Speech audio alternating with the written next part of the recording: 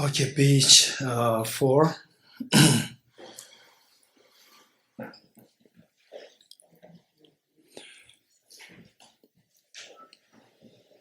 Setting proper motivation.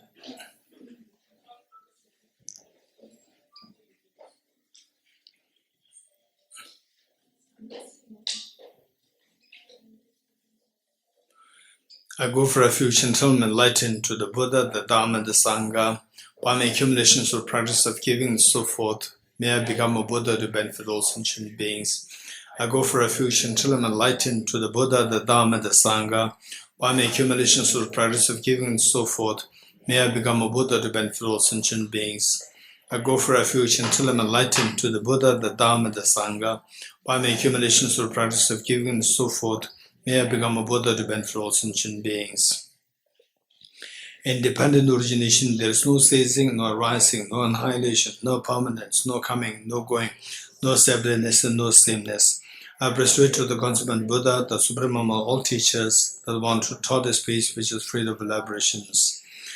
I prostrate to the mothers of the hearers, the bodhisattvas and the Buddhas, who through the knowledge of all lead hearers seeking pacification, complete peace, who through the knowledge of paths, cause those that bring miracles achieve the aims of the world, and who through the possession of nations help subdue us expand a variety of teachings.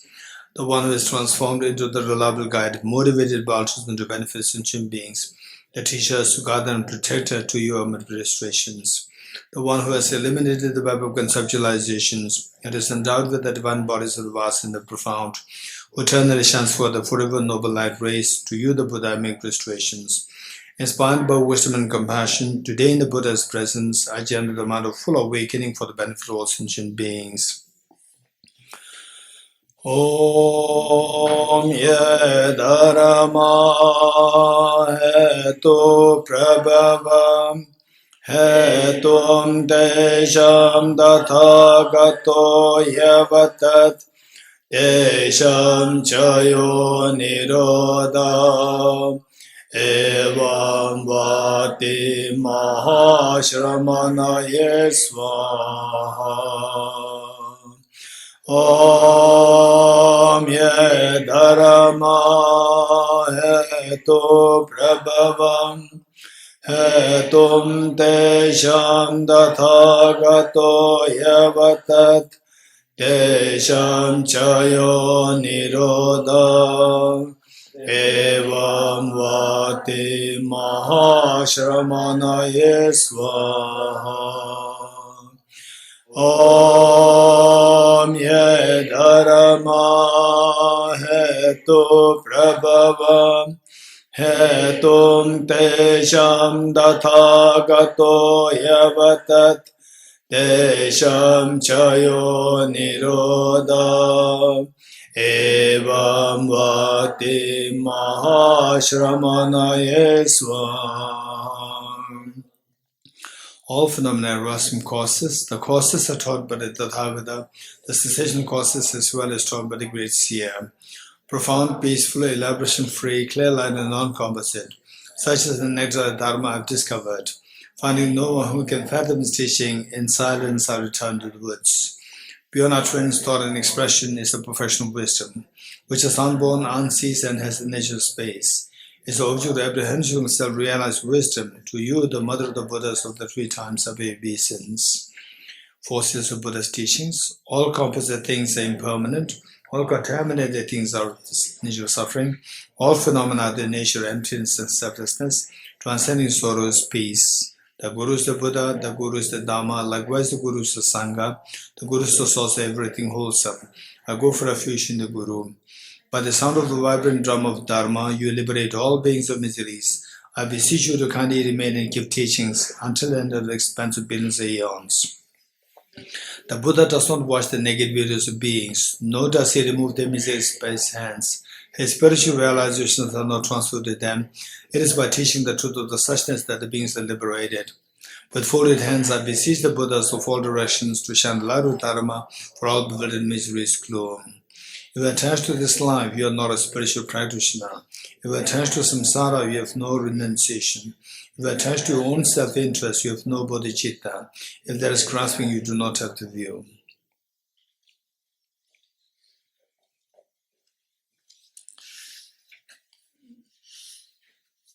Okay, if you turn to page 5, which we already read, I'd like to explain this verse. Page 5. Okay.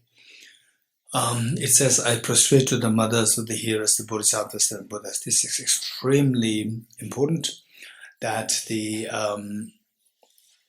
mother has the connotation of somebody who gives you birth. And what we talked about for the last 3 days, by the way, what date is today? 8. So how many more days now? 8, 9, 10, 11, 4 days. 11 full day. Okay, so we have 4 full days. Good. We'll easily finish. We're talking about okay, now tell me, say, what are the things, or what is the thing that everybody is seeking from what we learned thus far? Fearlessness, ultimate happiness, or infinite happiness. Okay, so if possible, try to learn how to articulate the concepts. For example, let's say, who is Muhammad Ali? A boxer. Instead of boxer, say a legendary boxer, to make it something. Why why somebody is inquiring about Muhammad Ali? He's not inquiring if there's somebody boxer. He's looking for a legendary boxer. So likewise, we need to learn how to articulate our concepts. So likewise, what we are seeking, whether you are a believer or non-believer, whether you're Buddhist or not Buddhist, it doesn't matter. Everybody is seeking to get away from fears. Who must be the people who they took COVID-19 vaccine? Buddhists or non-Buddhists? Or the Indians or non-Indians? Right? There are some people who don't agree with this. That's a different story. Keep that aside. And there's no fight, there's no argument, nothing. It is the individual choice. But what I'm saying is that, overall speaking, who took the vaccine? Buddhists or non-Buddhists? Boys or non-boys? Or the Asians or non-Asians? Or the Diabak people or non-Diabak people? Everyone took it. Everyone took it. From everyone, meaning every gender, every race, everyone from the east, west, north, it doesn't matter. Everybody took it. So why? Why? This is a clear indication that nobody wants fear. Even those people who do not take the vaccine, it's because of the fear that this vaccine is a controversy. It's again because of the fear. They don't want to fear, so they stayed away from the vaccine. Some people, they have fear of COVID, so they took the vaccine. You're getting it? So finally we see that everybody wants to stay away from fear. And what do you fear you want to get out? Get out from? If possible, 100%. No suffering should be there. No fear should be there. Okay, so this is one thing. And the other thing is what? Infinite happiness. So still we are not to say the correlated to what is exactly the relationship between these two things, fearlessness and infinite happiness. Are these two same or different? These two overlap. With the infinite happiness, fearlessness automatically there. With the fearlessness, it's not guaranteed that you have the infinite happiness. Okay, this we have to study later on if you do get time, and if you want interested, feel free to raise me these questions during a question session. Okay, so given that there are two goals there, the fearlessness and the infinite happiness. So people who are smart, the people who actually go in that direction, these are known as smart people, noble beings. For example, oftentimes what we do is that in order to just dream of becoming wealthy, so that my life will be so beautiful, wealthy, and the wealth doesn't come easily, so gets into corruption, right? Corruption and so forth, and then this eventually ends you up into prison, and prison is a miserable place. So what you dreamed, it came out opposite. So therefore, which means that we went to wrong direction. We did not go in the proper direction towards the fearlessness and infinite happiness. So those people who really go into this, not just they get away from the temporary fears, but lasting fearlessness, total fearlessness, enduring the fearlessness and enduring infinite happiness. So those people who go in this direction, they are known as noble beings. For this, they don't feel just, what do you call it, say that complacent, or don't feel easily, convinced or easily believing that, oh, somebody said that I'm going in that fearlessness. I give you the path, the fearlessness. I have the path of the infinite happiness. No, prove that. Right? Don't just believe easily. Everybody will say this. So prove, finally, you should not suffer. You should be happy. You should not get into fears. You should not go to the state of go towards infinite happiness. For your own benefit, you should be able to ask this question. How, if somebody says, yes, I have something to sell you, right? Show that to me. You have to, and then see if that actually is something because worthwhile. Okay, this is how. So we see that there are two groups of people. One who goes into this direction to seek the fearlessness, just the fearlessness. One who goes to seek the infinite happiness along with the fearlessness. Two.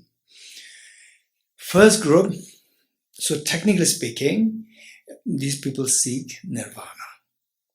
Second group, they seek Buddhahood. You're getting it? Buddhahood doesn't mean, well, first you have to become Buddhist and then Buddhahood. No. Buddhahood is just a word. Buddhahood. Buddha is the full awakened one. Awaken your true nature. It's not about you have to follow system, then your true nature becomes a manifest. No. It is in your hand. True nature is your true nature. The seed of perfection is your seed of perfection. It's not others. So you can seek the help of others, and then finally this should be activated. And that's it. Don't call yourself Buddhist. Don't call yourself anything. Right? So this is your job is to activate this Buddha nature within you, seed of perfection within you. Whether you're Buddhist or not, whether you're male or female, it doesn't matter. Everybody has this seed of perfection. So those people who seek to unravel this treasure inside partially to reach the fearlessness. These people are known as seeking personal nirvana. So those people, there are two categories there. One is Shravakas and other is Pratika Buddhas. There are two, Shravakas and Pratika Buddhas. Shravakas in English usually translated as hearers. Hearers, those who hear the teaching of the Buddha pass down, hearers. And Pratika Buddhas, they are oftentimes in English translated as the solitary realizers. Okay, Shravakas and Pratika Buddhas. So there are two there who seek the personal liberation, just nirvana. Okay, then the second category is those people who seek the infinite happiness, technically known as Buddhahood. Those who seek Buddhahood, and in this group, those who seek infinite Buddhahood. So one who's in the process of seeking, and the other who already attained the Buddhahood. There are two. So we see that I proceed to the mothers.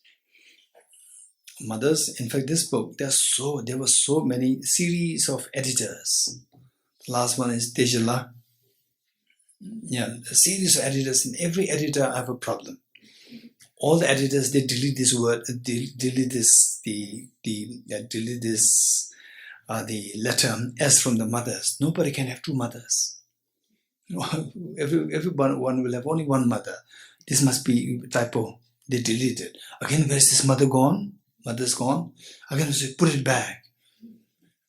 With 4 or 5 editors, this is the work that we do. I don't know whether editors are helping me or they're harming me. I don't know.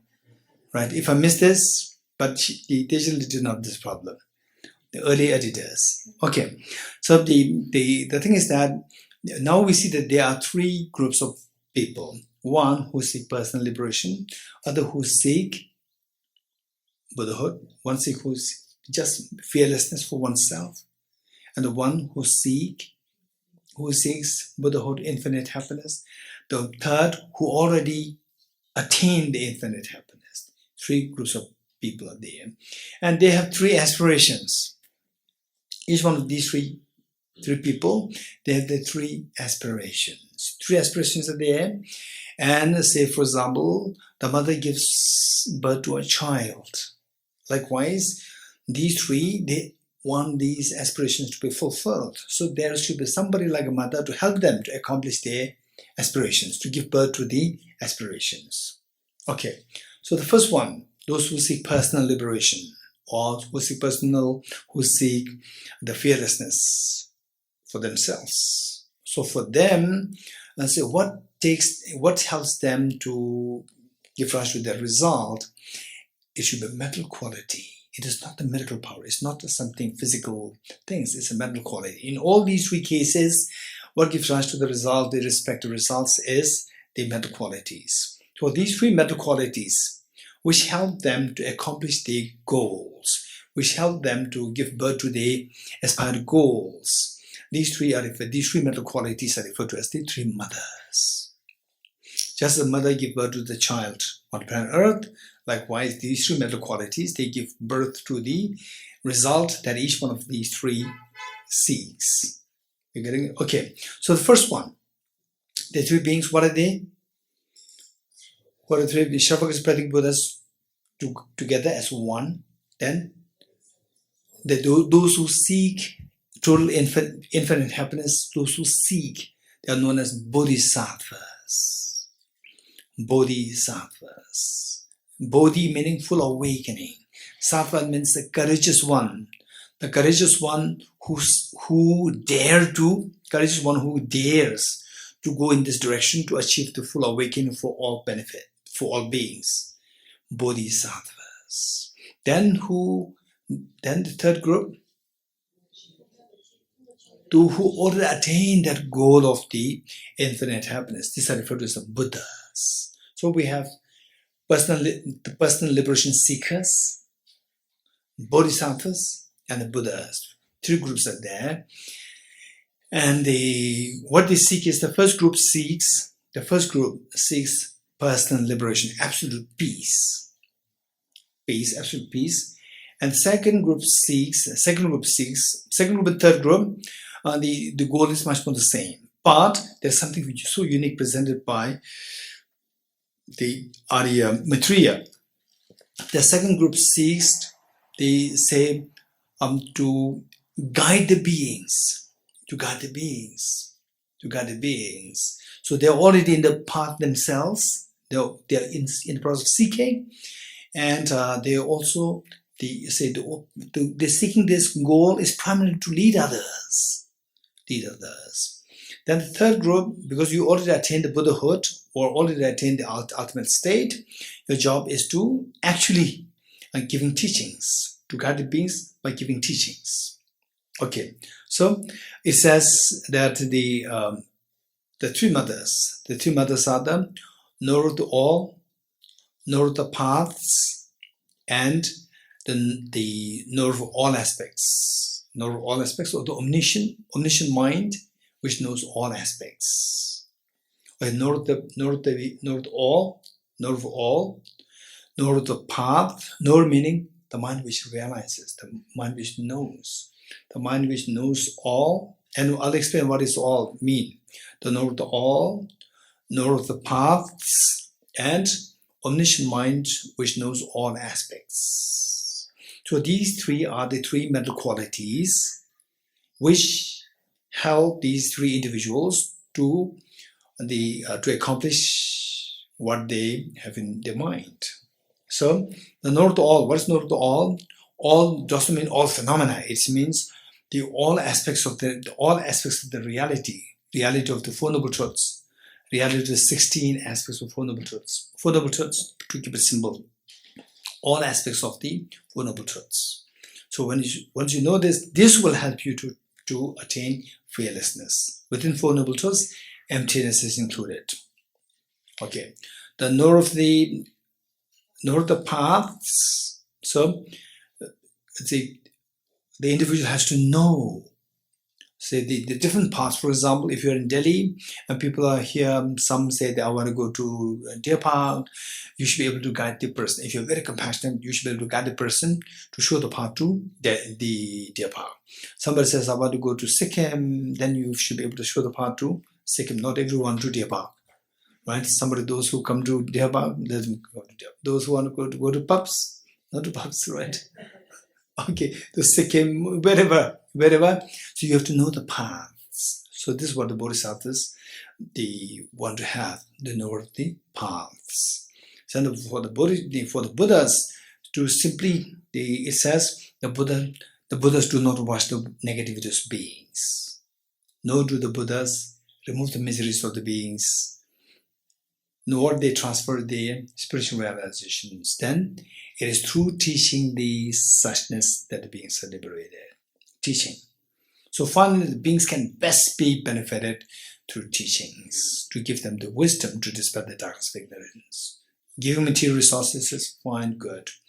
And then let's say, helping them physically, good. But then the ultimate way by which to benefit the beings is through giving teachings of the ultimate wisdom.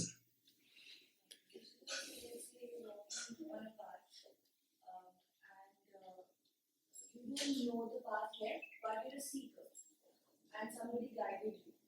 Like, this is the road. How do you keep on checking in between while you're walking and you're not distracted? How do you keep the check if you're on the right path? Okay, that's a good question. So you're on a path to Deer Park. How do you know that you are once in a while going to pubs or not? Right? How do you know that?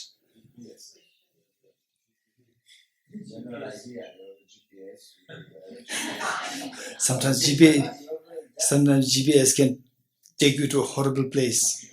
There are stories. The place is 10 kilometers and GPS takes you to 80 kilometers away.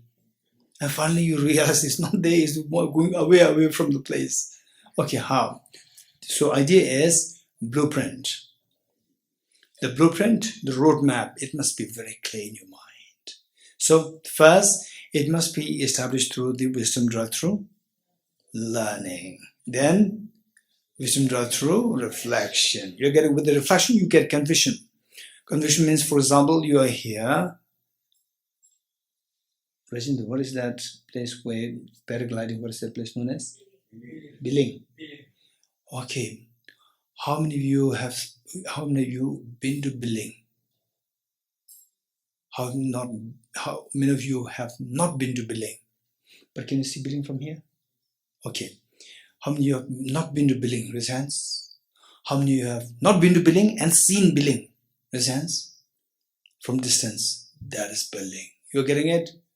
Okay. You have to, although you're not there, but you've seen it. That is Biling. Nobody can waver you. Nobody can distract you. That is Biling. You're getting it?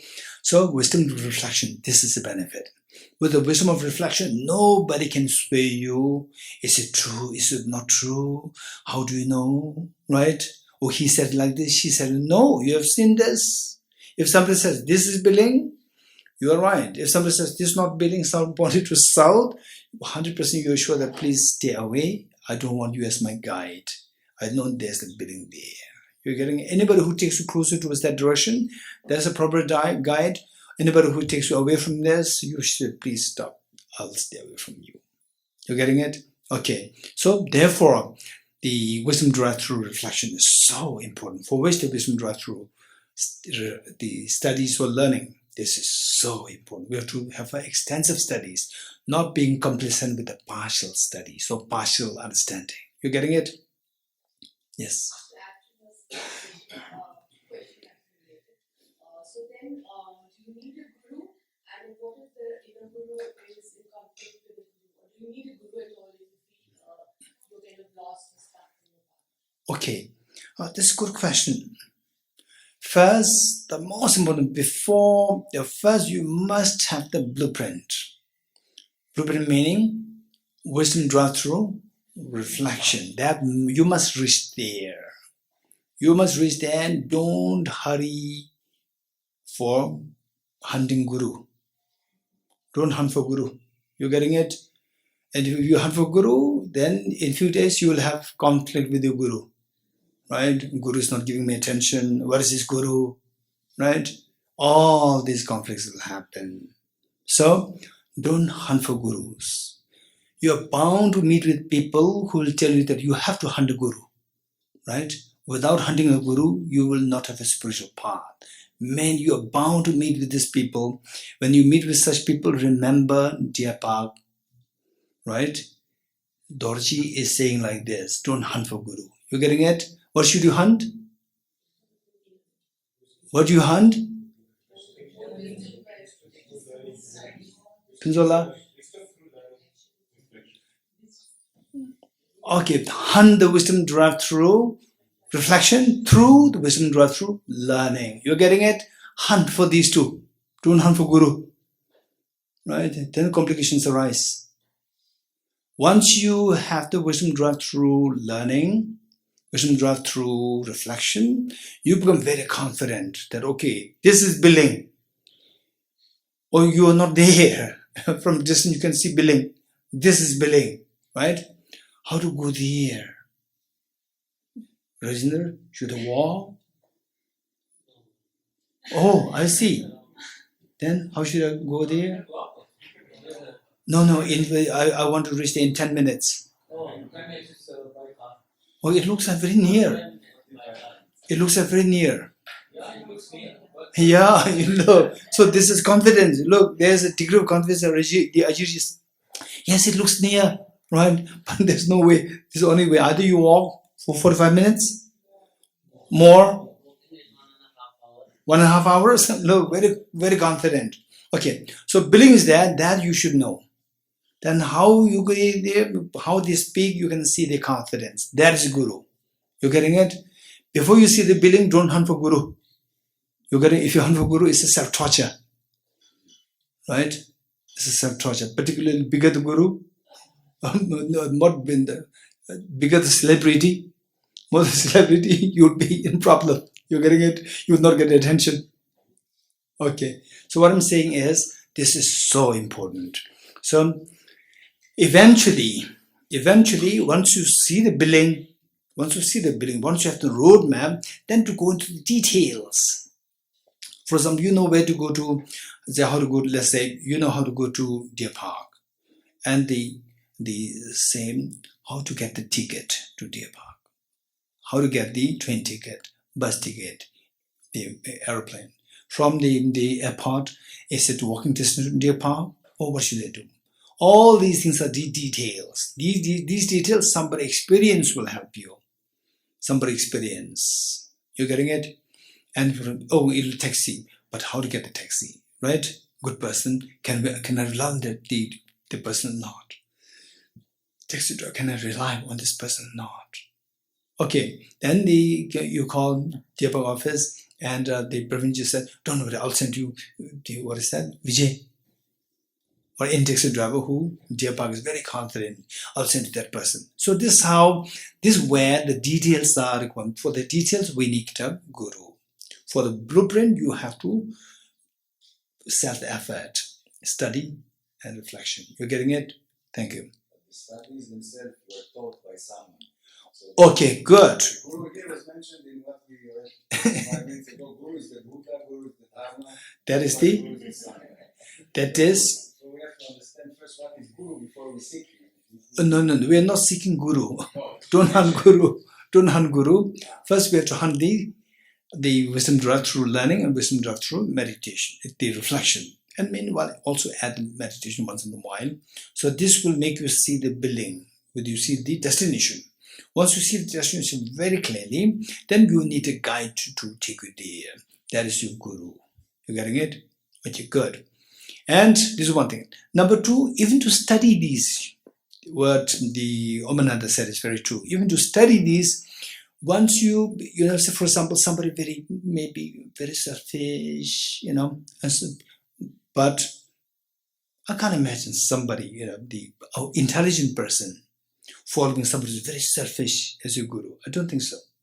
If you're intelligent enough, then you see that somebody's very so selfish, they will not really seek the help of that person. But what I'm saying is that even if you study this thing, it doesn't mean that the person is your guru. You're getting it? So, but whatever you learn from somebody, maintain some respect. This is very important. One. Then number two is that that no hurry. No hurry to seek somebody as your guru. This is so important. And His Holiness the Dalai makes very clear that, say, receiving these teachings, always first take that as a university program for you, just to intellectually build your knowledge, to see the panoramic view of the Dharma. So then eventually get to understand the destination, what you are seeking. You should be very confident. And once you get it, then you see, you know that, okay, so somebody talks about nirvana, you listen to that person, and the understanding is very shallow. Okay, this is not my guru. Because you know what nirvana is. You know what Buddhahood is. You know what emptiness is. You know what Bodhicitta is. And somebody explains emptiness as dependent on causes and conditions. Very gross. The person is not empty. This is not my guru. You can very clearly know that. Otherwise, if your understanding is lacking, somebody, is very popular, very famous, very popular, so many followings. Oh, what is emptiness? Emptiness is empty of being independent of, the causes and conditions. Very confidently. And you think, okay, wow, so profound. It's just not profound. So this is where, if you lack the knowledge, you can easily be misguided. So this is where you should have you should see what emptiness is, what bodhicitta is, at least the wisdom drawn through reflection and studies. These two are very important. With this, then you see a guru, it becomes very reliable. Okay, good. Guru will also test the student. One should not follow. So if you say this, then the people will all run away. Okay, so It's a very personal question that I want to ask. Will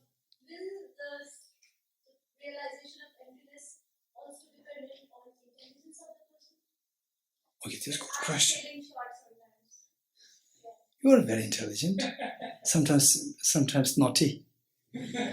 Otherwise, very intelligent. No? Okay. This is another question. This is a very serious question. So what?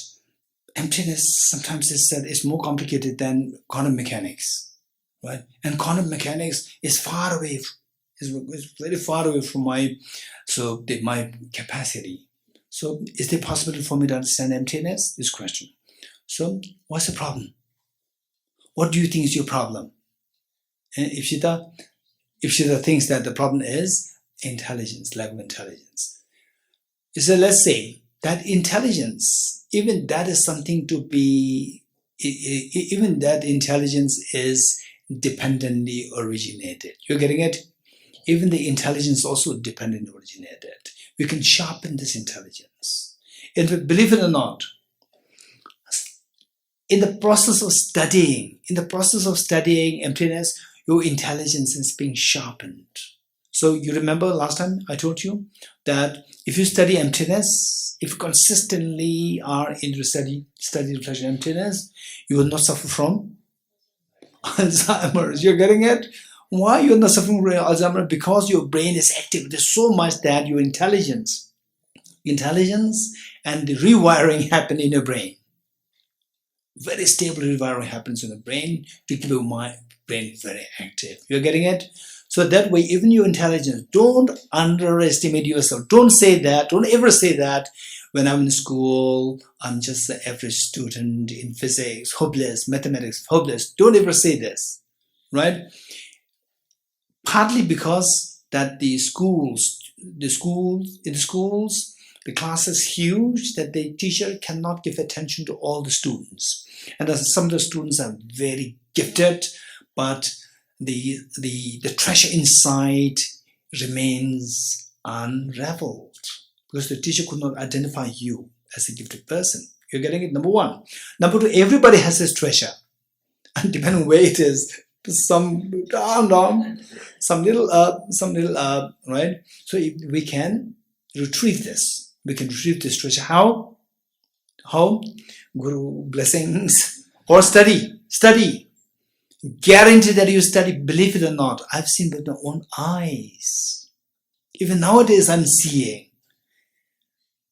Say, the some was so near to me, and during their childhood, intelligence was not really there, from my point of view, not really there.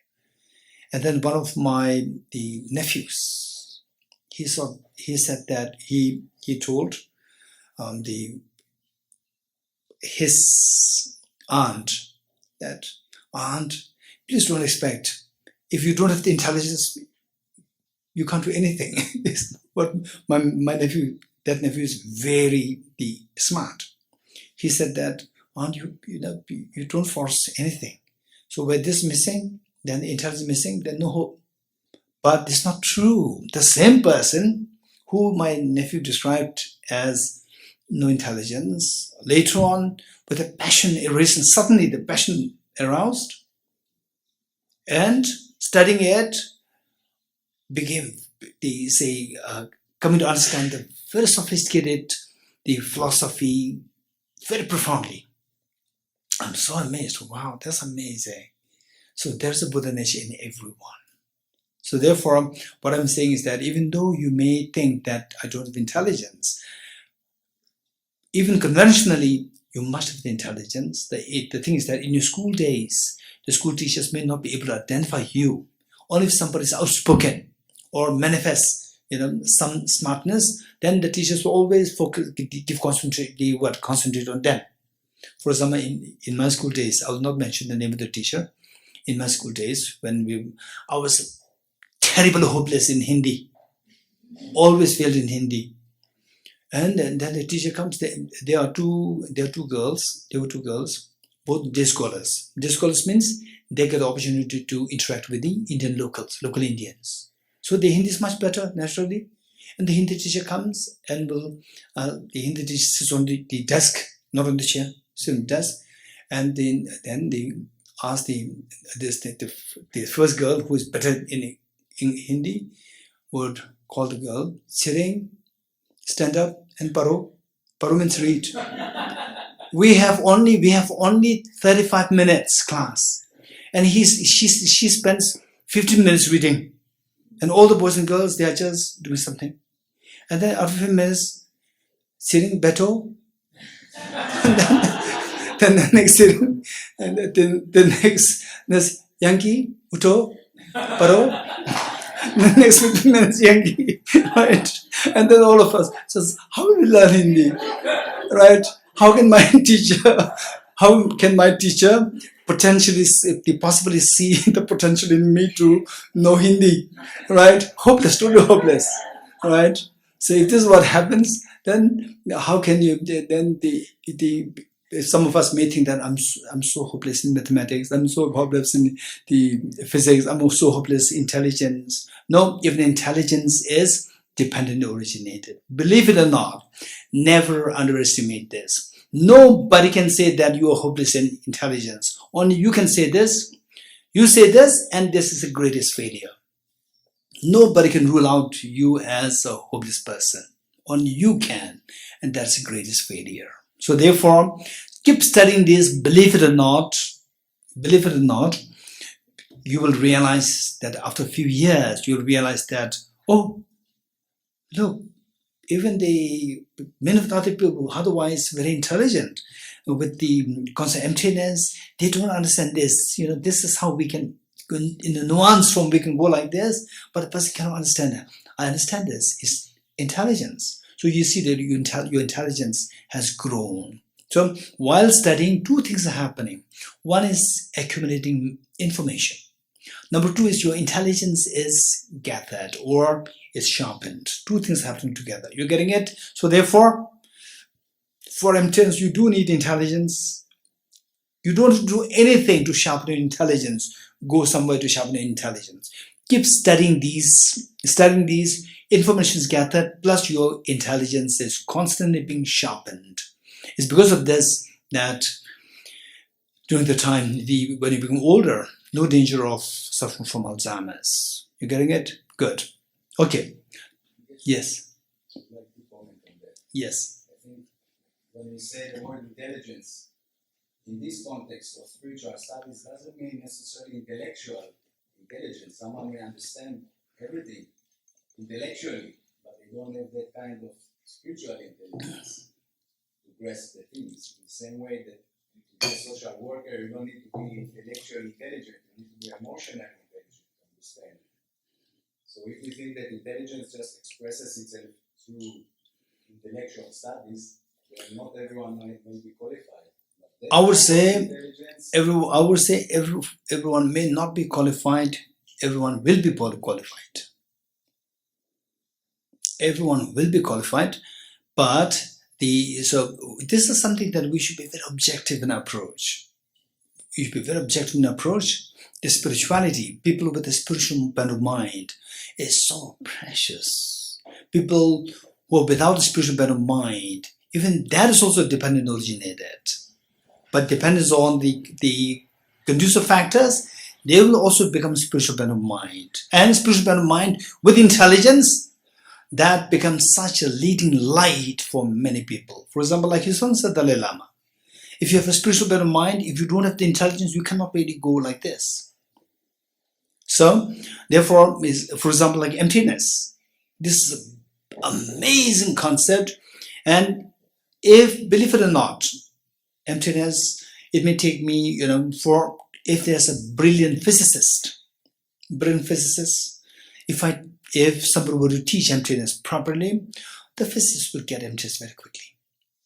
The realization, experiential realization will take a little time, but seeing what emptiness is, for them it's very quick. His Holiness the Dalai Lama, during the last time I did mention this to you, the 2013, when His Holiness, the secretary, called me up in the morning, when His Holiness went to Delhi. During the course of this, His Holiness giving advice, guidance to me, I was just with His Holiness by myself. Then His Holiness said, yeah, the emptiness, even you don't have to have any belief in any religion. Even the physicists, if they go in the proper direction of the emptiness, they will get it. Once you get emptiness, you can instantly feel that your emotions, attachment, anger, jealousy, they subside. You can easily feel it. This is what His Holiness, with great confidence, experiential, this is what His Holiness told me. Okay, so the thing is that everybody has the great intelligence, or will go into this direction to have the great intelligence, provided you to undertake these studies. Your intelligence will be sharpened, no doubt. Okay. Now let us read this. I prostrate to the reading, meaning that I'm reading this. Just see if you understand it now. I prostrate to the mothers, 3 mothers. What are the 3 mothers? The knower of the all, knower of the paths, and the omniscient mind which knows all aspects. 3. These are 3 mothers. So the first one is the mother of the hearers. The second one is the mother of the bodhisattvas.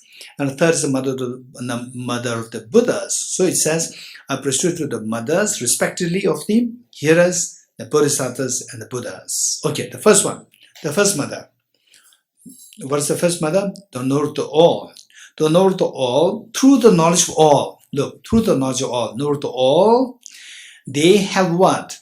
This helps the hearers seeking pacification to complete peace. What is their goal? The hearers, their goal is complete peace, nirvana. Then the second one, the mother, the knower of the paths, through the knowledge of the paths. This is the knower of the paths. This helps the bodhisattvas cause those helping migrators. Who are those helping migrators? Migrators means sentient beings, the bodhisattvas. Cause those helping migrators to achieve the aims of the world. World meaning sentient beings.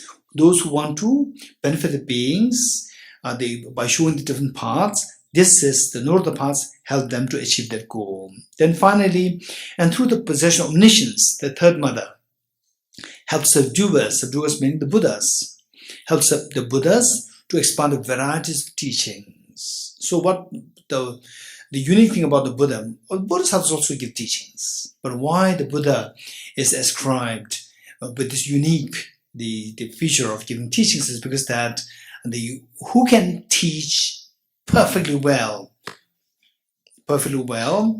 knowing. So how long should I teach, right? For how long should I teach? To what degree of sophistication I should teach? Which aspect should I teach? Emptiness, bodhicitta, renunciation, which aspect to teach? All these things, it is only when you become a Buddha that you become the right person with the greatest of the sense of discretion. To what extent, what version, what aspect, how much to teach to the disciples, knowing the propensities, the predispositions of the individuals. That is when you become a Buddha. So it says, and through the possession of omniscience, help subduers or Buddhas to expound a variety of teachings. Okay, this is the summary. From this, what we learn is that the Arya Maitreya, this is composed by Arya Maitreya, that finally, what we really need to focus on is your mental quality. It's not about the external material things. It's the mental qualities. Making prostration to these three mental qualities which help these three different beings to accomplish the desired goals. Okay. Yes. World means world of sentient beings.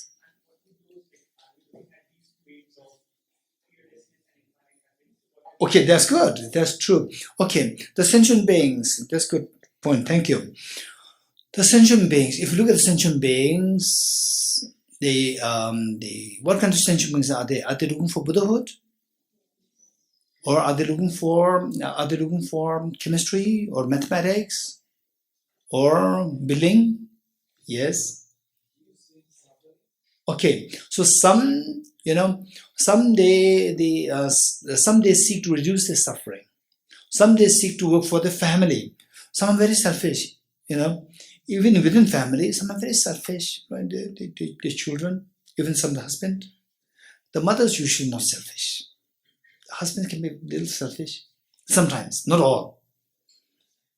And some sons can be very selfish. Some daughters can be very selfish, right? Some children can be very selfish. So they whisper, I. And some, even as a small girl, it was very touching. And the two little girls came to my office, very small. One maybe age 9 or 10, other one maybe age 6. And the one who is age 9, she was, constantly looking at her little daughter to make sure that she's comfortable. And then caressing her face like this. It's so moving to see how caring beyond yourself. But some are very selfish. So some people, they seek personal gains. Some people, they seek gain for the whole family. Some people, they seek gain for the whole community, for the whole world, right? So we see that people are of different the agendas, different aspirations. So the Bodhisattvas, they should learn the different ways to help them accomplish their respective goals. So the beings are not necessarily one kind, beings of any kind who seek personal liberation, who seek the Bodhisattva's path, and who seek a better life today, who seek a better health today. The Bodhisattvas, they have to know all these things. Yeah. The world means the world with different propensities and interests. Yes.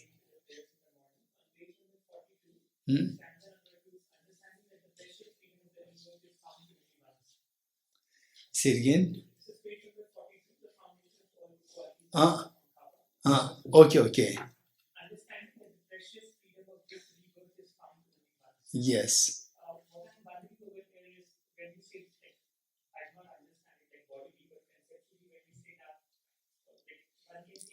lives can happen again and again as well, depending upon whatever karmic seeds. So then how does the first line compare with that? First line? Understanding that the precious freedom of these rivers is found only once. Okay. But what if the human life is according to that mind? Okay. It's not only once, it's so many times. So why is it once? Okay. So this is a good question, thank you. Anyone? Anyone who likes to help me? This is a serious question. Rahul, you want to help me? Yes.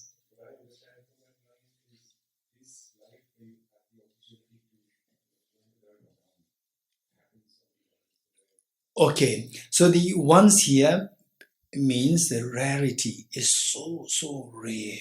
It's extremely rare, and that's very true. Don't just take for granted that, okay, why was that rare? I already, without effort, I came to Deer Park. Somebody told me, and I just signed up, and I came up in Deer Park. So easy, right? There are 8 billion human beings. 8 billion human beings. If you are to interview each one of them, 8 billion human beings, do you know emptiness of intrinsic existence? Believe it or not, 7.99 billion human beings will say, no, what is emptiness of intrinsic existence? Never heard. So, somebody to take a birth where somehow you are connected with the teaching on emptiness, teaching on bodhicitta. It's extremely rare. It's a sort of only one time, and otherwise not. Yeah, good. Yes. And Geshe, also the human birth is not guaranteed to us. That's true. Very, very rare. Yeah. One, the human birth, and in Tibet there was a teacher was giving teaching, the rarity of human birth. And one of the students, he did not really resist. And in Tibet, this tradition was not there, really. Said that it's because the teacher never went to China. In Tibet, huge, they say the plot of land, huge space, and only one family, 2 family, 10 family, that's it. And in China, flood of human beings. So the person said that the Lama never seen China. Okay, it's a precious human birth, not just human birth per se. Yes, of course. Just keep in mind. Say planet Earth, 8 billion human beings. Just in they say like this glass of dirty water, trillions of organisms are there, trillions, not 8 billions, trillions of organisms in just one glass. In the water, Pacific Ocean, Indian Ocean, Atlantic Ocean, Arctic Ocean, trillions multiplied by trillion beings are there. And the human beings, how many human beings are? Just 8 billion human beings. Hitting 8 billion now, right? That's it. It's so less. And from the 8 billion human beings, those who heard about emptiness, bodhicitta, even that's a tiny drop in the ocean. In the ocean of human beings, tiny drop got to hear bodhicitta with some emptiness. It's so precious. So the point is that we are not to take for granted, just make the best, make the most of this life in this pursuit of emptiness and the bodhicitta. Okay, so now we will do the text.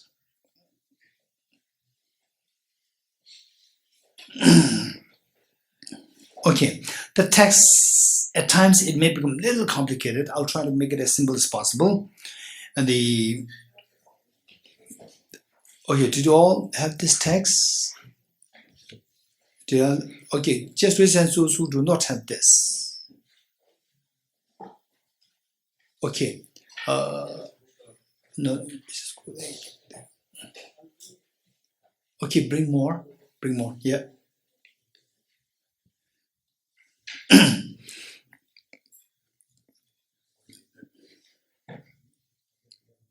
Okay, the Arya Nagarjuna, author Arya Nagarjuna.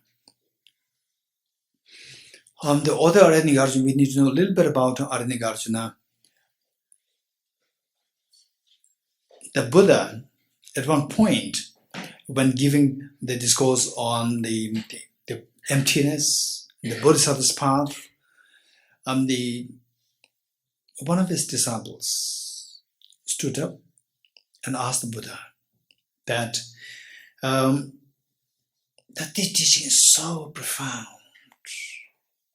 And because this disciple sense that as what Kabir asked, that so what do you mean by the world of sentience? Who are these people? So these people, if you look around in your family, in your workplace, wherever you go, tell me which category of the people are more. Those who say that you meet with a person and the person who talks about, I have this problem, I have that problem, this is my problem with my this. Or somebody, my community has a problem, my nation has a problem, this world has a problem. Okay, which of the two groups is more? The first or second? First one is more.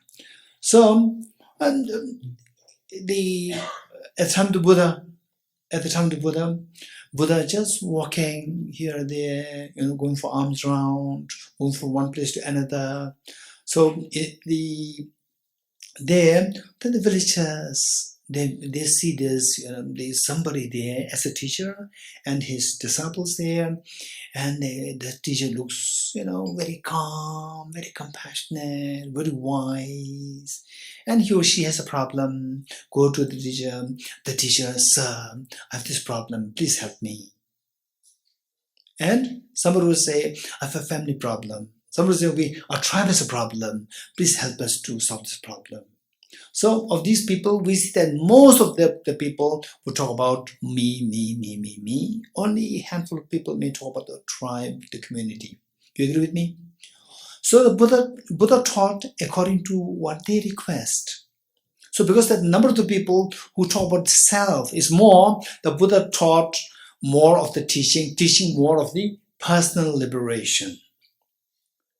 A teaching to get to mere fearlessness, nirvana. Whereas those people who talk about the whole community, the whole world, all sentient beings is so less. So the teaching for infinite happiness is much less. And some of the disciples, very smart disciples, the Bodhisattva disciples, they could see the difference there. The Buddha does not teach the minor teachings. So often, predominantly is about Four Noble Truths, how to get rid of the fears of life and so forth. And then seeing that this teaching is so unique, one of the disciples stood up to ask the Buddha, say, after the Venerable Tathagata, assuming Mahaparinirvana, who will uphold this teaching, this very precious teaching? And then the Buddha made the prophecy of Arya Nagarjuna. Said that after 400 years, a monk with the name Naga will come. That person, that monk, will disseminate the teachings far and wide and will eventually go to take part in the paradise to attain the higher paths and become enlightened there. This prophecy was made. So,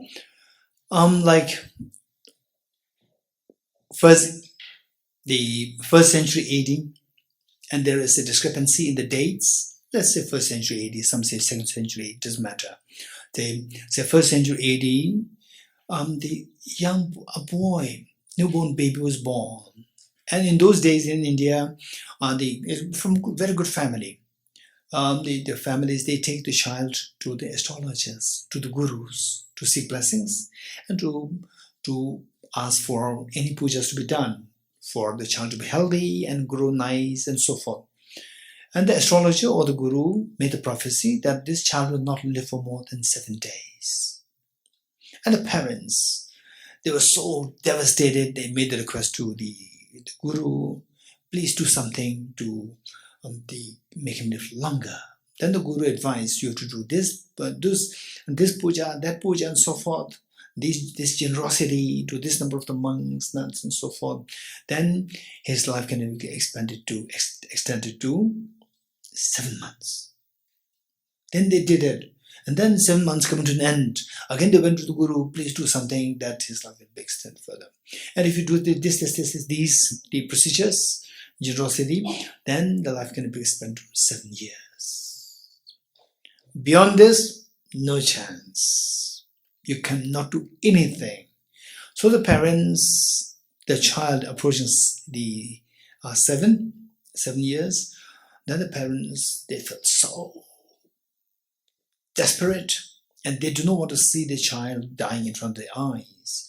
So, given that the parents were well off, what they did was that they sent the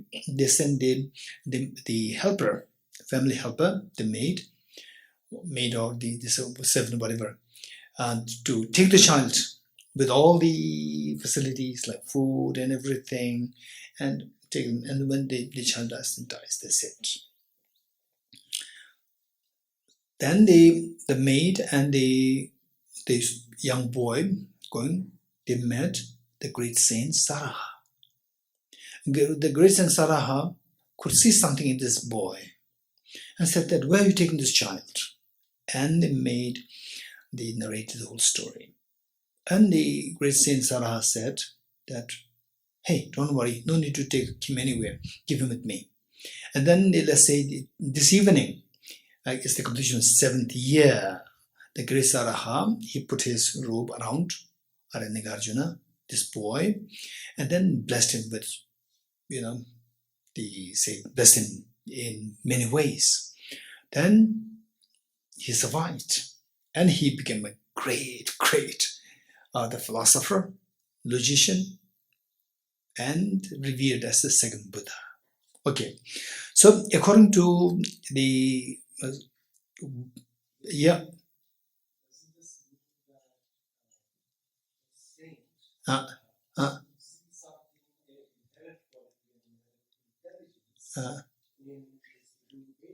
Yeah. Yes, he saw that. Yes, of course. In fact, to my amazement, many of the great teachers in South India, in my monastery, these great teachers, how they respond to their students is very different. To some, they respond in one way. To some, they respond in other ways. They could see something there. And the truth is that as your spiritual realization become higher and higher, you can see the spiritual level of the other people. Yeah. For example, Einstein, I cannot comment on his spiritual realization, but very giftedly intelligent.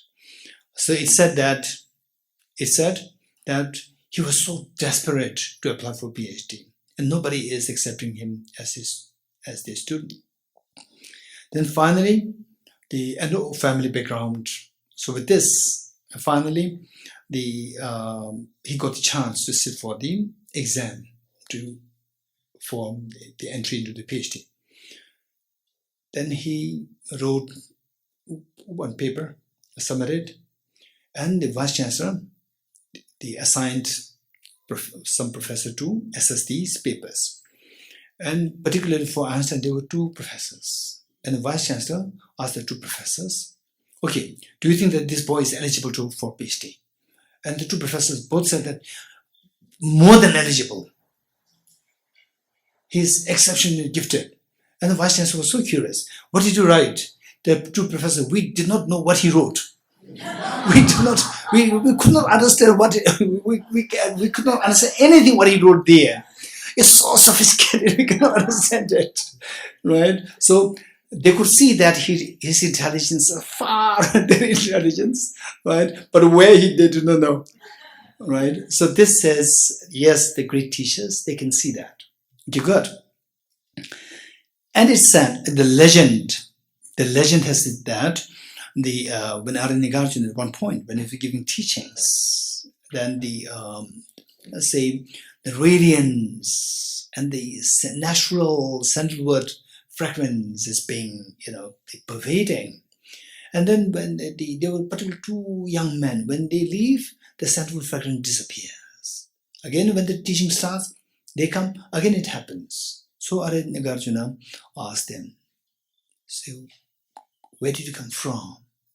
So they said that we are not actually human beings. We are Nagas. We are Nagas. Particularly, we apply the ornament of this sandalwood that we are not affected by the human stains. So, and then they introduced Nagarjuna to the whole volume of Professional Wisdom Sutras, because the Nagas, they preserved these teachings of the Buddha, fearing that these teachings will disappear from the planet Earth. Yes, indeed. And the Nirvana teaching was so less taught by the Buddha that it was not at all prevalent.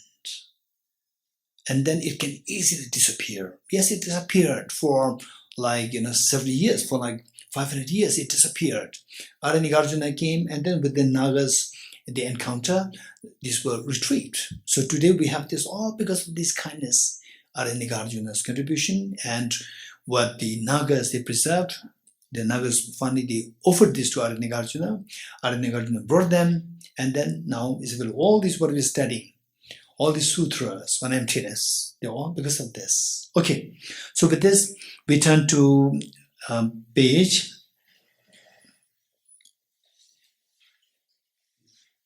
Where is it?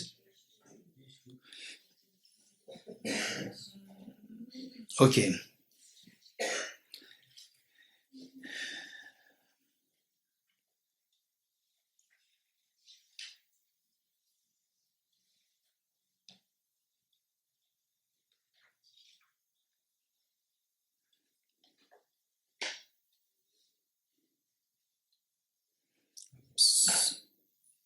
Okay, good. We are on page 2.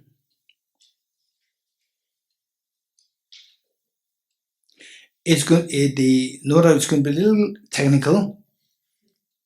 It's going to be a little technical, but I'll try to make it easy to the best I can. Page 16. So page 97, Geshe, like you're using the first 97, yes. stanza is on the 97. Thank you. 97. Okay. 97, is that with the commentary? I want without the commentary.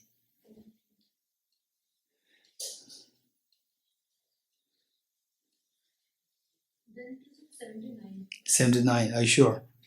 Okay. 79. Okay.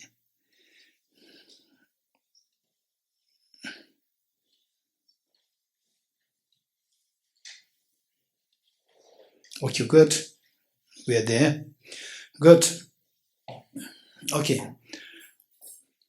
70 stanzas explaining how phenomena are empty of inherent existence.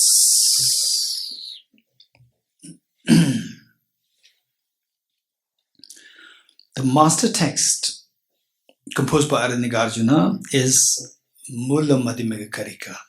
Mula Madhyamaka Karika, the fundamental wisdom of the middle way. And related to that, all the remaining compositions, like the 70 stanzas on emptiness, 60 reasonings on emptiness. So these are all composed in order to, as a supplement, in some cases as clarifications, in some cases as the explanation related to the debates coming from the opponents to the main text, Mula Madhyamaka Karika. So 70 stanzas, this is particularly to explain how, after rejecting intrinsic reality, that there's nothing objectively there, and still how one can possibly explain the functionality to the world. In other words, rejecting intrinsic reality and explain the functionality, how these two go how these two go compatibly. So this is to explain this, because that the opponents, they oftentimes come with the debate or argument against Nagarjuna, saying that if you reject everything as truly existent, then what is left? How do you account for the law of karma? How do you account for the functionality of the world? So for this, Nagarjuna decomposed several the texts, one of which is the 70 stanzas. Okay, good. The prostration is made to the youthful Ramajushi. Usually it is the tradition. This is more the translators, translator meaning the Tibetan translator, the one who translated from Sanskrit into Tibetan. They added this word of salutation, the first word of salutation. This is done in 3 different ways. Say the teaching of the Buddha can be classified into 2 groups. One, the teaching of the wisdom, known as the Abhidhamma. Second, the teaching on the meditation, teaching on sutra. Then the teaching on the ethics, the Vinaya. So to know what text, which of the 3 teachings of the Buddha it is, you just read the word of salutation. From there you can figure out, okay, so this text is on the wisdom, or this is on the meditation, this is on the ethics. So they say the first, for Abhidhamma, the translators with the consensus, they add the word of the devotional word or word of salutation to Ramajushri. If you see this is indication that this text is about the wisdom, purely about the wisdom. Then about the various samadhis. So there, it is taught that the Buddhas and Bodhisattvas, prostrations to Buddhas, Bodhisattvas, because the various samadhis, the Bodhisattvas, they know the mental propensities. The Buddhas, Bodhisattvas, the mental propensities of beings, and then they have to train themselves in all sophisticated samadhis in order to attain their goal to benefit beings. So the samadhis. Then finally, the ethics. For the ethics, it is said that the word of salutation is made to the omniscient one, because say how our mind should behave, how our body should behave, how words should behave. The details, minute details, only the omniscient one knows. So therefore, for the ethics, it is the word salutation is to the Tathagata, or to the omniscient one, the Buddhas. Okay. Number 1, stanza 1, arising, enduring, and disintegrating. Existing and non-existing, inferior, middling, and superior, do not have true existence. These terms are used by the Buddha in accordance with worldly conventions. So if you could remember, yesterday what we did of the small children's on the, what do you call it? Role play game. Role play, for the role play, so the mother comes in. When the mother comes in the game, then the mother, knowing that this is not the real thing, the kingdom, but has to address her own child as Your Highness, and so the king, and so forth. So the Buddha, when coming into the play of the sentient beings who are trapped in conventions, so there the Buddha behave as though just to conform to the thought process of the sentient beings, just to comply with the sentient beings' thought process. The Buddha described the various directions. Okay, now the winter is coming. Make sure that you have warmer clothes, right? And eat something more with the fat and so forth, keep you warm. Or now is when the Buddha gave all these. For example, one time, it's very beautiful. One time what happened was that a monk was sick, ill, and the monk went to the doctor, and the doctor said that you have to get this medicine. And this medicine is very unconventional. And the Buddha already made a rule to the monks that you are not supposed to take the medicines on your own. And the conventional medicines is fine. Otherwise, because some they take medicine, they die, right? Overdose. These things happen. So the Buddha treats everybody like a small child. Not only emptiness, even a very, like advice to a small child. They were all given by the Buddha. And Buddha made this. And the monk, the doctor said that you have to get this medicine And is this conventional medicine? Is this something that you use normally? The doctor said, no. Then he said, but my teacher stopped, has forbidden us from taking, say, the unconventional medicines. And the doctor said, but your teacher is very compassionate. Your teacher is very compassionate. Go to your teacher and just tell what I'm saying.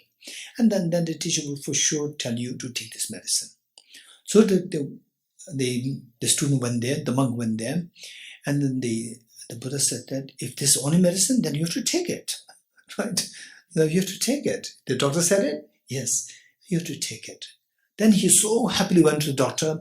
Sir, please, the doctor, my teacher already gave me the permission to take the medicine. Please give me the medicine. And the doctor said that, in my life, I've never made this medicine. I know that this medicine existed in the medical literature.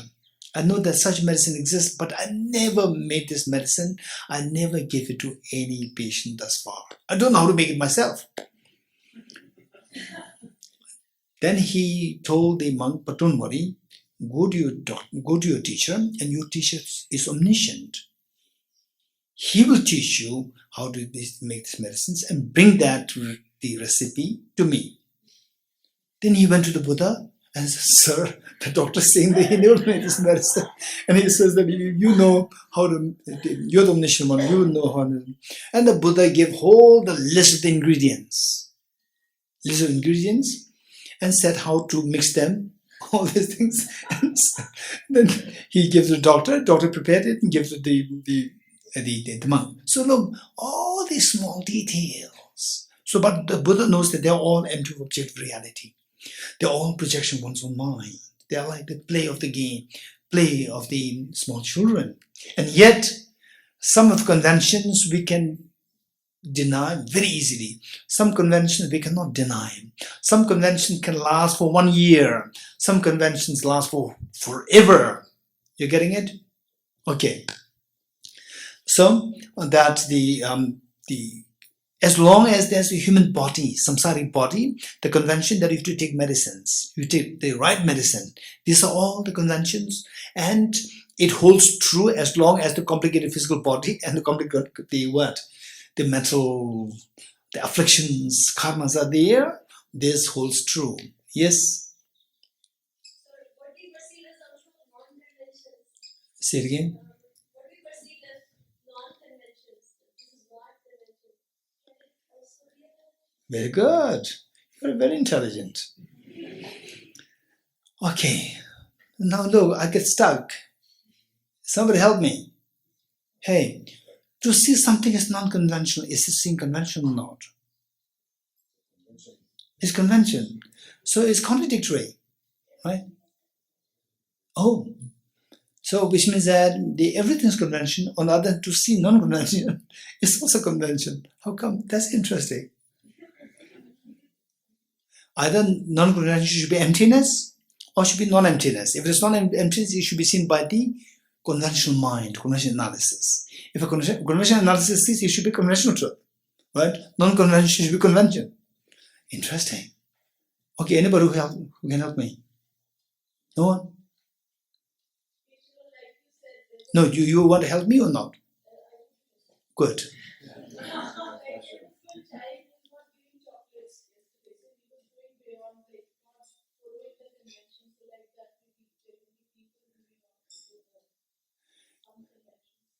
Vidya, don't make me happy, make Ipshita happy. Look at Ipshita, look at her face. If she's happy, it's fine. If she's not happy, then we have to look for some other answers. Okay, this is very interesting. Yes. If non-conventional is established as non-conventional with ultimate analysis, then you can call it non-conventional.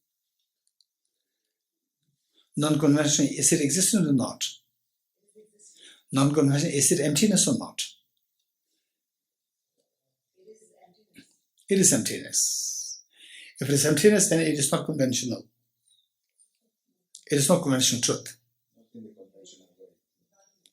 Huh? It depends on if it's an ultimate analysis, how you're analyzing it.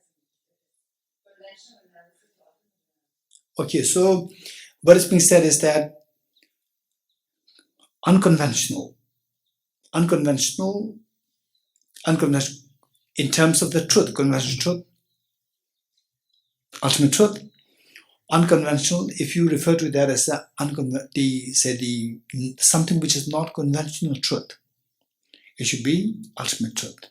Ultimate truth is unconventional in that sense. Perfect. Good. Thank you. Okay. Ravi, you have a question? No. Oh, you want to explain? Yes.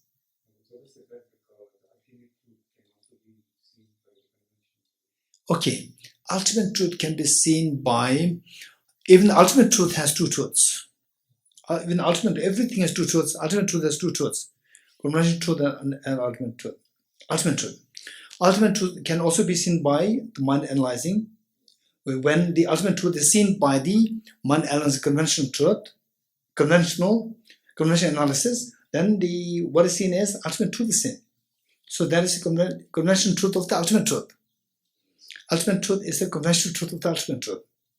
So when exposed to the ultimate analysis, you see the emptiness of the ultimate truth. Emptiness of ultimate truth is the ultimate truth of the ultimate truth.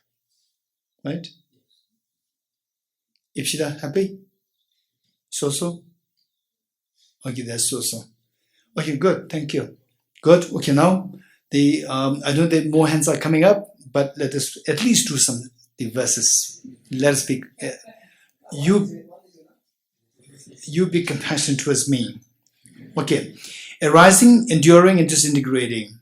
Existing and non-existing. Inferior, middling, and superior. Do not have true existence. These terms are used by the Buddha in accordance with the worldly conventions. So we see that in this world, we talk about, let's say that okay, now the COVID is arising. COVID is increasing. Right? It's arising.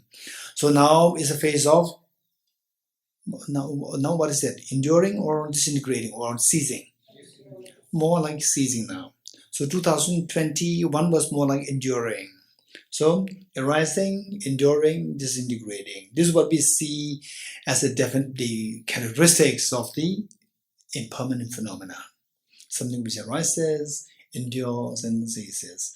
A child is born, then the child is a little naughty, mischievous, and then at a certain point gradually leave the world. Right? So this is how things, and when bad things arise, unhappiness is there. When the bad thing ceases, you are very happy. Good things arises, you are so happy. Good things ceases, you are so unhappy. So our emotions, we are stirred into happiness and miseries on the basis of arising and ceasing, arising and ceasing. Do you agree with me? Okay, this is how the world operates, and this is how samsara operates. Okay, so, but if you know that arising, ceasing, enduring, they are all just the play of your own mind, not objectively real, then your emotions will be under control. Okay. Arising, enduring, and disintegrating. Existing and non-existing. Inferior, middling, and superior. Do not have true existence. If you analyze, if you subject them to ultimate analysis, we see that they don't truly exist.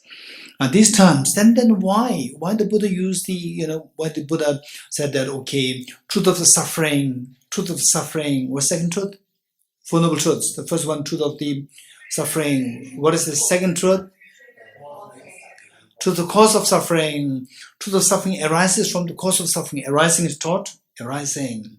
Right? Ye dharma hetu prabhava. All these phenomena arise from their causes. So arising was taught by the Buddha, right? And then enduring, yes, as long as the causes, they endure, they remain, the miseries, they continue to remain. When you bring the end to the causes of the miseries come to an end. Hetum tesham tathagato hyavatat tesham chayo nirodha, cessation. The cessation of these causes is also taught by the Tathagata. So the Buddha taught how the miseries arise and how we can bring an end to the miseries. Cessation also taught.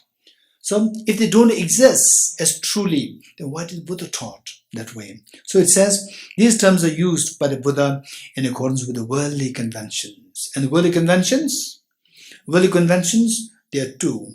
One which is an extremely unwise worldly conventions, and one which is very wise worldly conventions. What is unwise worldly conventions? Can you give me an example? If you don't have an example, I'll give you one example. Unwise worldly conventions. Say, I learned that animal sacrifice are terribly unwise of the convention. Racism, yes. Discrimination, that the males are better, the females are the inferior. This is terrible, terribly backward. Anything else? Yes, this is totally unacceptable. I don't agree with this. It should be the mother's name. Mother's name should come. The brands, yes, this is, wow. Yes, the brands. Right? Levi, what is that? Levi's, Chanel, Gucci. Wow. iPhone. But we are the slave of these, right? Be very honest. Be very honest. If somebody gives you a very simple word for men, what? Simple shirt, ordinary simple shirt, and a Gucci shirt. To be very honest, what is your reaction? You pick up the Gucci. For the girls, let's say a very ordinary simple handbag, and a Chanel handbag. Right? We usually pick up, right? Chanel. Right? We are so weak. We are so servant. We are the servant with these, right? We are the servant. And for me, if you give me just ordinary pen and the Mont Blanc pen, right? I talk about this, the emptiness, right? Still, mine will go to the Mont Blanc. Why? Why Mont Blanc? Why Mont Blanc? Why? Okay. Now look, some people, if let's say that some pens, if you look at my notes from all these tours, Europe tours, the notes somewhere, some of the pens, they're terrible. It doesn't come out. I have to scribble over and over again, right? Whereas Mont Blanc, no, is so good. It flows, it's so easy, right? And when I look at these stitches, sometimes when I look at the stitches, it makes me just become sick. Terrible stitches. They're like, wave, not straight. Look at Chanel. It's so perfect. Levi is so perfect. It's amazing. It's not just a brand. Skill is there. Don't forget it. It's not just a brand. Many people, they don't see the skills. They see the brand. Right? If you see the skills and then appreciate it, that's much better than just seeing the Levi's or Chanel, Gucci, or what else? Zara. What else? Right? Louis Vuitton. Right? Then iPhone. iPhone is amazing. You use it, it's amazing. You use it, you don't want to use any other phone. Not because that it's very expensive. User-friendly is amazing. The only thing is that it wants to make more money. Right? Some of the things they don't make it compatible with many other systems. They make it just unique for itself. This is, for example, iPhone, they have only one SIM card, no two SIM cards. Whereas many people, they need two SIM cards for many reasons. They have only one SIM card. If you want two SIM cards, if you're so addicted to iPhone, you have to buy two iPhones. This is how they make money. Okay, so what I'm saying is that they have the skills, and these skills is not that iPhone and then everybody buys. No, first the iPhone, then some people like it, particularly people who are more intelligent, who are more, who look for the skills. They see that this is amazing, there's a tremendous skill there. The one person, more respected person, says that this is skill, then many people follow that. Now this trick, the companies, they know and give it to Richard Gere. Give it to Amitabh Bachchan, right? Give it to the celebrities who did not have any idea about these things, and they play with it. It's so good. Everybody said, all the followers, they say, so good, they follow this. So this is how the convention spread, right? Okay. So the point is that these are all the conventions. Yet some conventions are extremely unwise. For example, one convention is that giving the numbers to the houses, right? Is very important or not important? Very important. So that, in what way it helps? Huh? Identifying the house. Reach it perfectly, which means address, right? Efficiency. Okay, look. What happened was that I learned that there's one city where the house numbers are given on the basis of the chronology, right? Say this house number 1, and then somewhere in Dharamsala, second house was built there, house number 2. Then the third year, the house was built next to Deer Park, house number 3. Right? House number 1, we don't know where they are. Right? So it is hopeless. With the address, you cannot reach there. The purpose of the address is to reach there, you cannot reach there at all. It's totally unintelligible way of giving the numbers. I don't remember even the place. Right? There's one city with this. Terrible, very unwise. When the unwise people leave the world will be dark, right? The world will go into dark. And likewise, if you think very carefully, although the unwise has a quality of, the wise has a quality of intelligence plus warmth. Intelligence plus warmth. When the warmth is missing, it's a dry intelligence. This can ruin the world. This can destroy the world. For example, AI, artificial intelligence. For example, Facebook. They become extremely rich, ultra rich. They become ultra rich. One person can govern the whole world, whole wealth of the world.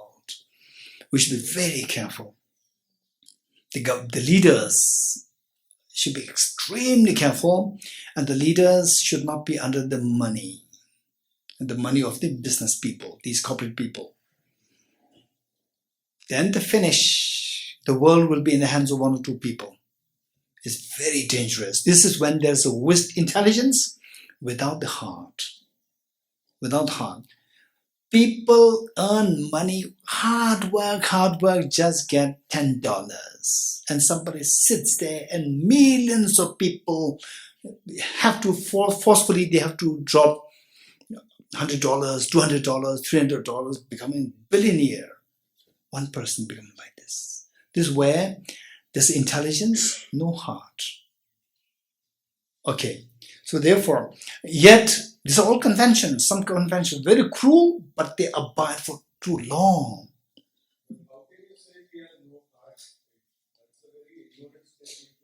Okay, so let's say that it depends on you. It depends on you if you can see that somebody to earn $10, somebody's going to fear and so forth. You don't see these things. You don't see this. You just sit in the office. And everyone, a student who has no money, has to drop $200 for just one software, to buy one software. And that software is just for 1 year. It's not for lifelong. This is extremely selfish. And he knows that what's the investment? Investment at the most can be like say, few $1 million. Now he's getting billions and billions and billions. And billions come from where? From another planet Earth? From another planet? No. From the children who do not have money. From the people who do not have money. They have to study something. For example, like this. Now I'm using this. I'm using this iPad. Because I'm so desperate. I have to make notes. And no split everywhere, here and there, everywhere. And I cannot carry this 20, 30 books with me to Europe, everywhere. I have to carry this. It's very easy. And this, for them, investment, initially is very expensive. But now, for them, it's very cheap. But you have to pay all these. Now the students, they expect to have to, if you don't have this, the books will not work in the schools, in the colleges. So this is extremely, extremely unkind. Extremely unkind. So they could have made it much easier, cheaper. Same thing, much cheaper. It's very unkind. Same with medicine. Same with medicine. Also, Same with medicine. Same with medicine. They are very good people. They are very good people. The doctors, pharmacists, and so forth. They give medicines, if possible, for free, if not just at the rate that they're getting, and so forth, right? So in the olden times, education is free in the olden times. You go to the Guru, and everything's free for you.